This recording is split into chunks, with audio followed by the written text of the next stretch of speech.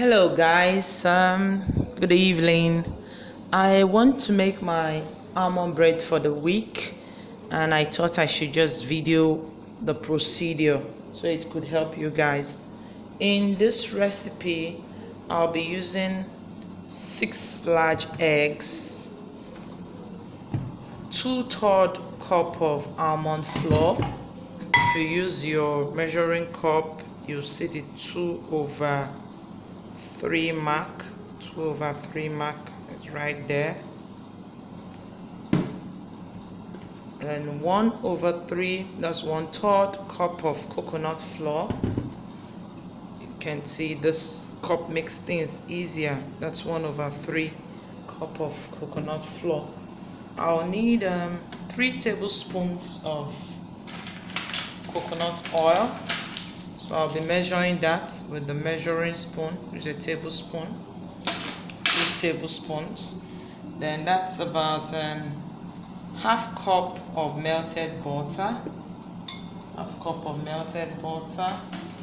Then I'll need 2 teaspoons of baking powder.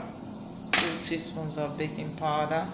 For flavor, I'll be putting some vanilla essence, and well, you can use salt for this, but if you have a sweet tooth like me, I still want to add stevia to it. So that's basically it. I'll try and type everything with the video. So you beat your eggs very well. It's a very simple procedure. You can use a food processor, or you just using a mixing bowl and beat properly. And as usual, like I always say, add all liquids first before you go on to the dry ingredients. So I'll add my half cup of melted butter, then 3 tablespoons of coconut oil,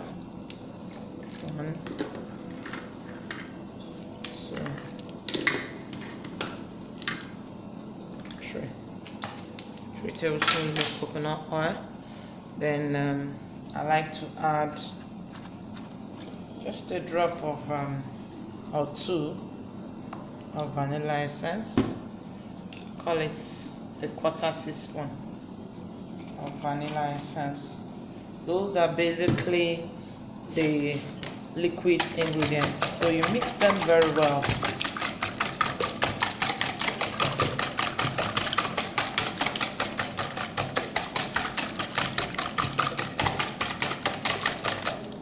Then we add the dry ingredients. That's the almond flour.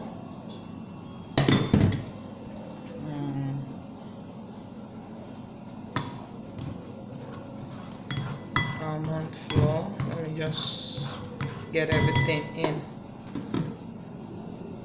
That's the almond flour. The coconut flour.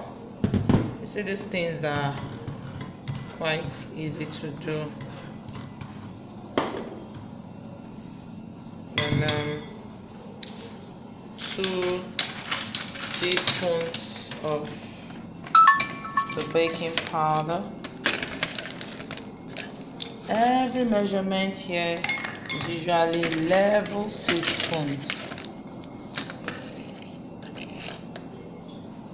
2 teaspoons of baking powder. And stevia. I don't want it too sweet, but I like that feel of bready, cakey taste. So I'm gonna use 2. You can use salt. You don't have to make it sweet. So we mix all this together. Mix until it's really smooth. If it's a food processor, it's much easier for you. But if you don't have a food processor, you don't need to go and buy one. keep mixing until you get a smooth consistency, and you can see it's not so thick, but we are going to allow it stand for about 10 to 15 minutes in the pan while we preheat our oven. You preheat the oven at 180 degrees Celsius, and you oil your pan, and then you pour in your batter into the pan. So I'm using a small pan here. I've already smeared the pan with some coconut oil. You can use butter if you like, but butter is expensive, so I used coconut oil to smear. I think so far our batter looks soft enough. This is about the same batter you use for your pancake, so it's basically the same thing. So we just pour this into the pan.